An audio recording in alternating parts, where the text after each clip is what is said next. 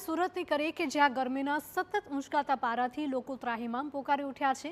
આખરી ગરમીનો નાના બાળકો અને વૃદ્ધો ઉપર સૌથી વધુ અસર જોવા મળી છે।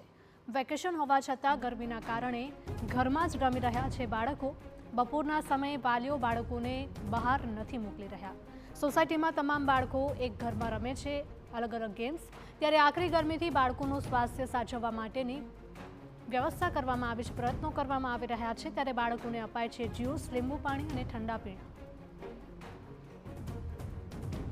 જે રીતે ગુજરાત હવામાન વિભાગ તરફથી આગાહી કરી છે કે હજુ પણ આવનારા દિવસોની અંદર ગરમીનો પારો છે સતત વધી રહે છે અને ખાસ કરીને આ ગરમીની સીધી અસર છે નાના બાળકો અને વૃદ્ધોને થતી હોય છે। ત્યારે અત્યારે સ્કૂલોમાં વેકેશન ચાલી રહ્યું છે તે દરમિયાન સુરતની અંદર કેટલીક સોસાયટીઓની અંદર જે બાળકોને છે તે બહાર નથી રમાડવા દેવામાં આવતા અને ઘરની અંદર તેમને જે છે રમાડવામાં આવતા હોય છે। આ રીતે દ્રશ્યો છે તે જોવા મળી રહ્યા છે, કારણ કે જે ગરમી ચાલી રહી છે, જે બાળકો બીમાર ન પડે, લૂ ન લાગે તેને ધ્યાનમાં રાખીને જે વાલીઓ છે તે એક જ ઘરની અંદર બાળકોને ભેગા કરતા હોય છે અને અલગ અલગ જે ગેમો છે તે રમતા નજરે પડી રહ્યા છે। આ દ્રશ્યો છે તે સુરતના જે જોવા મળી રહ્યા છે। અહીંયા લોકો છે તેમની સાથે વાત કરીશું। બેન, ગરમી પડી રહી છે, કેટલી ગંભીર બાબત, કઈ રીતે બાળકોને વેકેશનમાં રમાડવાનો પ્લાન?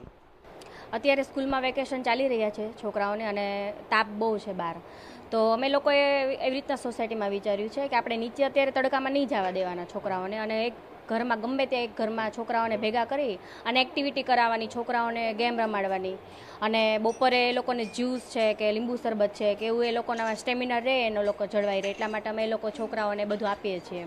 સાંજના સમયે પછી થોડી વાર બહાર કાઢીએ અમે, કારણ કે તાપ બહુ છે, અત્યારે બહાર નીકળાયું છે નહીં છોકરાઓને।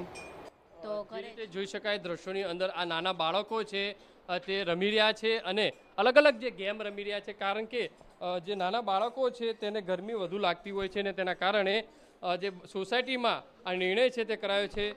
બેટા, શું કહેશો? વેકેશન ચાલી રહ્યું છે, કેમ બહાર નથી જતા? કેમ કે અત્યારે તાપ બહુ છે, અત્યારે આપણને બીમાર થવાના ચાન્સીસ છે, એટલે અમે બહાર નહીં જશું। તો વેકેશનમાં શું કરો છો, કઈ રીતે રમો?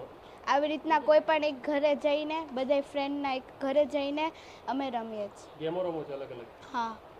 જે રીતે દ્રશ્યોની અંદર જોઈ શકાય છે, નાના બાળકો છે તેમને જે સાથે રાખી અને વાલીઓ છે આ બાળકોને એક જ ઘરની અંદર જે રમાડી રહ્યા છે અને બપોરના સમયે જ્યુસ છે, મોસંબી જ્યુસ છે, જે લીંબુ શરબત છે, અલગ અલગ જે પ્રવાહી છે તે બાળકોને આપવામાં આવતું હોય છે, કારણ કે જે રીતે ગરમીનો પારો સતત વધી રહ્યો છે અને તેની સીધી અસર બાળકોને ન થાય તેને ધ્યાનમાં રાખીને સુરત શહેરની અંદર લોકો છે તે પોતાના બાળકોને બપોરના સમયે બહાર જવાનું ટાળી રહ્યા છે। કેમેરામેન સંજય ચંડલ સાથે બલદેવ સુથાર, TV9 સુરત।